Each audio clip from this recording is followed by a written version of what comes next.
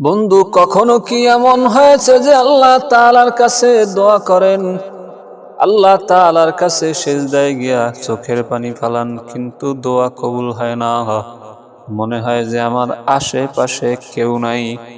বন্ধু, এই হতাশা নতুন না, এই হতাশা নবীদের মধ্যেও ছিল। হযরত মুসা আলাইহিস সালাতু ওয়াস সালামও হতাশ হইয়া আল্লাহ তাআলাকে বলছিলেন, মাতা নাসরুল্লাহ, ওগো আল্লাহ, তোমার সাহায্য কোথায়? কারণ একদিকে ছিল ফেরাউনের দলবল, আর একদিকে ছিল লোহিত সাগর।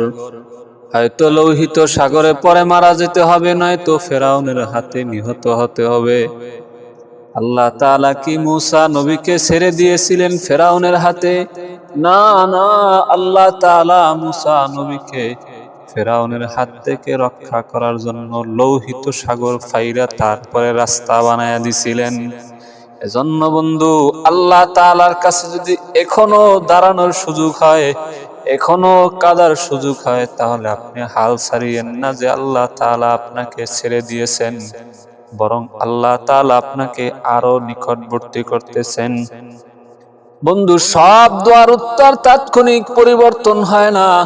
কিছু দোয়ার উত্তর হয় আপনার মনোবলকে শক্ত করে, কিছু দোয়ার উত্তর হয় আপনার গুনাহ মাফ করে, কিছু দোয়ার উত্তর হয় আপনার বিপদ দূর করে, যেটা আপনি নিজেও জানতেন না। আমার মালিক বন্ধু নীরব থাকে না, আমার আল্লাহ তাআলা নীরবে কাজ করেন। বন্ধু, আল্লাহ তাআলার কাছে যায় নামাজে দাঁড়ায় যদি এখনো সেজদা দেওয়ার সুযোগ হয়, দুনিয়ার ভিতরে সবচাইতে নিরাপদ জায়গা কোনটা জানেন? আল্লাহ তাআলার সামনে দাঁড়ায়া কাঁদতে পারা।